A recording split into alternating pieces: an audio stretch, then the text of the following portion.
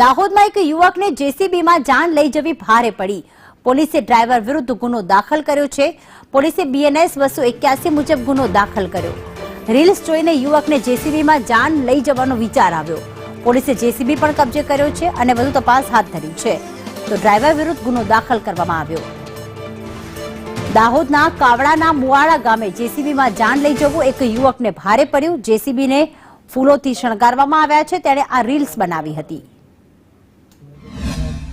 એક લગ્ન સમારંભમાં એક જેસીબી મશીનમાં આગળના પાવડાના ભાગે વરરાજા તેમજ તેની સાથે બે સ્ત્રીઓનો બેસાડતો વિડીયો એક વાયરલ થયેલ, જે અનુસંધાને આજરોજ સંજેલી પોલીસ સ્ટેશન ખાતે આ જેસીબી મશીનના ચાલક વિરુદ્ધ બીએનએસએસ કલમ 281 મુજબ ગુનો રજીસ્ટર કરવામાં આવેલ છે.